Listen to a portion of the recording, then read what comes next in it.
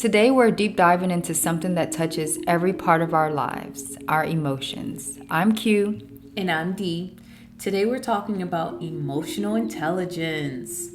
What is it, why it matters, and how can we use it to grow in our relationships, careers, and personal lives. We're calling this episode Emotional Intelligence, Mastering the Art of Feeling.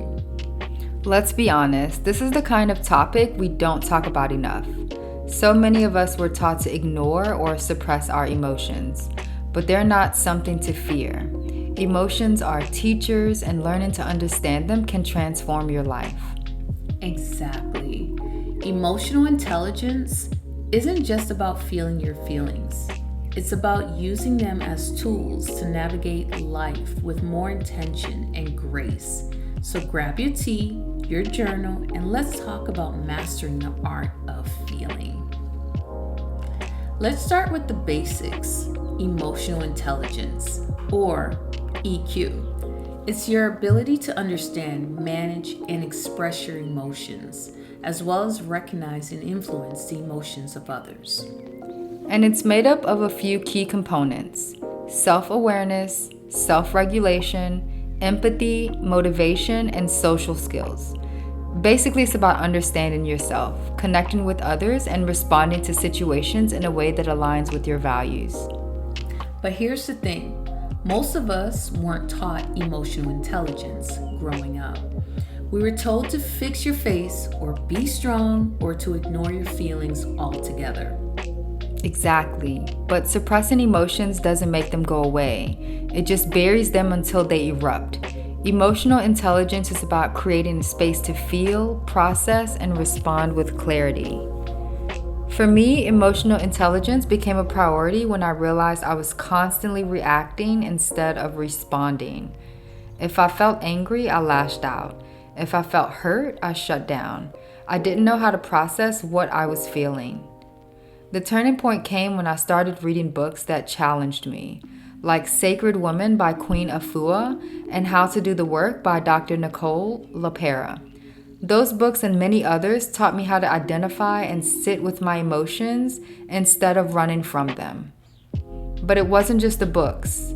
I started surrounding myself with emotionally healthy friends, people who weren't afraid to have hard conversations and hold space for my growth. They helped me to see that emotions aren't the problem, it's how we handle them. Making space to relearn and practice those lessons changed everything. Wow, that's really powerful. And it's a reminder that growth often comes from both the resources we seek out and the people we choose to surround ourselves with. For me, the journey was deeply tied to therapy. Growing up, I wasn't taught how to deal with my emotions. If I was upset, I was told to toughen up. If I cried, I was told to stop. So as an adult, I didn't know how to express what I was feeling in a healthy way. Therapy gave me the tools I needed to start unpacking those patterns. Journaling became a safe space for me to process my thoughts, and reading books like You Are a Badass by Jen Sincero gave me new perspectives on how to approach life with intention. But the real shift came when I started surrounding myself with people who valued emotional growth. Friends who were honest, supportive, and willing to hold space for me as I learned. Together, those tools helped me not just understand my emotions, but also reshape how I respond to them. And it's proof that emotional intelligence isn't something you're born with. It's something you can learn and grow over time. So how do we strengthen our emotional intelligence? Step 1 is self-awareness. Start paying attention to your emotions. What are you feeling and why? Journaling is a great tool for this. Step 2 is self-regulation. When you're feeling triggered, pause before reacting. Take a deep breath, count to 10, and give yourself a moment to process. Step 3 is empathy. Practice putting yourself in someone else's shoes. When someone shares how they're feeling, listen with the intention to understand, not to fix. And step 4, communication. Be honest about how you're feeling, but also be mindful of how you express it. Use I statements like I feel hurt when instead of placing blame. Here's your challenge for the week.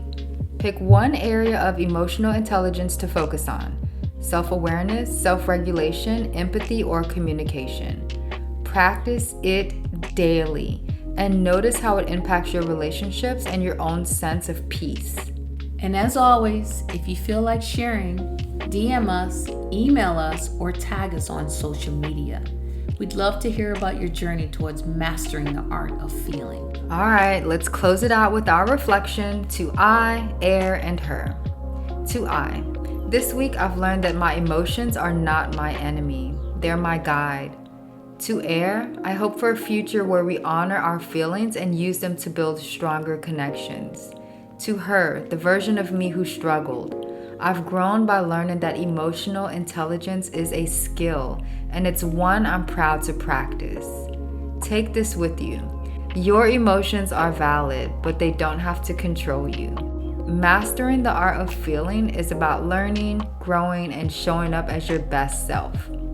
Until next time, stay reflective, stay intentional, and keep building your emotional toolkit. And remember, emotional intelligence isn't about perfection, it's about progress. You've got this.